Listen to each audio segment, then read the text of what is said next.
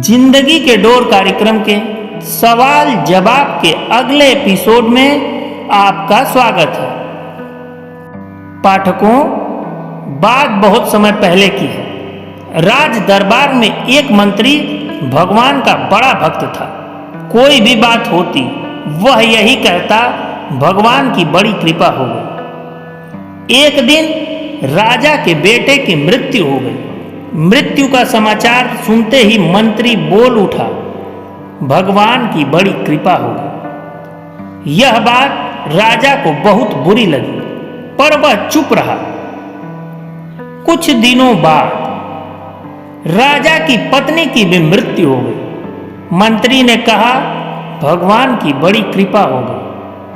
इस बार भी राजा को अत्यंत गुस्सा आया, मगर फिर भी राजा चुप रहा। एक दिन राजा के पास एक नई तलवार बनकर आई। राजा तलवार की धार चेक कर रहे थे। धार की जांच करते वक्त राजा की अंगुली कट गई। मंत्री पास में ही खड़ा था। उसने फिर वही बात दोहराई, भगवान की बड़ी कृपा हो गई। राजा के भीतर जमा हुआ गुस्सा यकायक बाहर निकला। उन्होंने तुरंत मंत्री को राज्य से बाहर निकल जाने का आदेश दिया। मंत्री बोला, भगवान की बड़ी कृपा हो गई। मंत्री अपने घर भी नहीं गया, साथ में कोई वस्तु भी नहीं ली और राज्य से बाहर निकल गया। कुछ दिन बीतने के बाद एक दिन राजा अपने साथियों के साथ शिकार खेलने के लिए जंगल में गए। वहां जंगल में डाकुओं का एक दल था।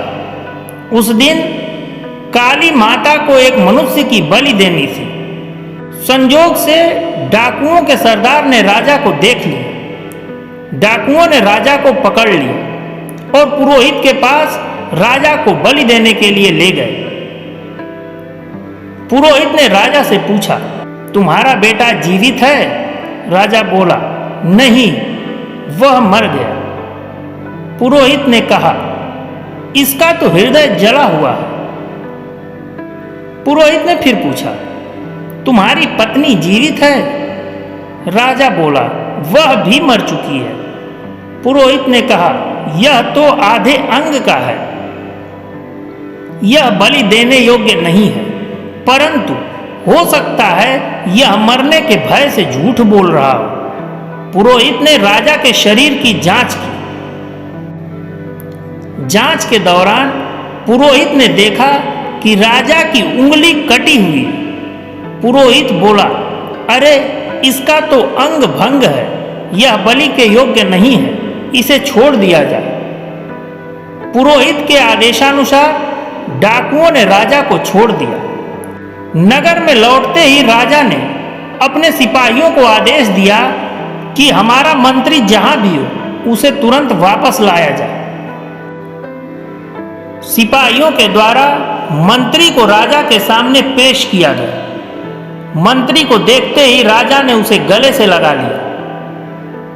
अपनी सारी आपबीती सुनाने के बाद राजा ने मंत्री से प्रश्न किया, मेरी उंगली कट गई, इसमें भगवान ने मेरा तो भला कर दिया, पर तुम्हें मैंने अपमानित करके भगाया, इसमें भला तुम्हारा क्या भला हुआ?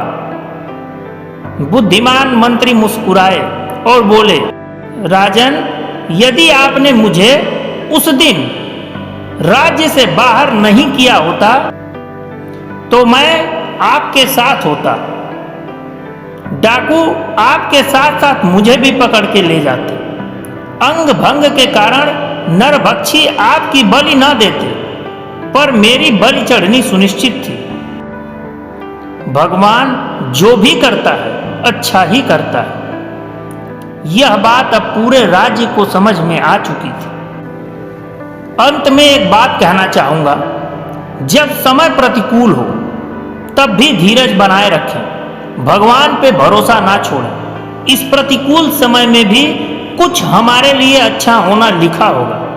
बस उस कठिन समय के जाने का इंतजार करते हुए अपने कर्म में मन लगाए रखें। ईश्वर के हर फैसले पर खुश रहें, क्योंकि ईश्वर वो नहीं देता जो आपको अच्छा लगता है, बल्कि ईश्वर वो देता है जो आपके लिए अच्छा होता है। जय श्री कृष्ण।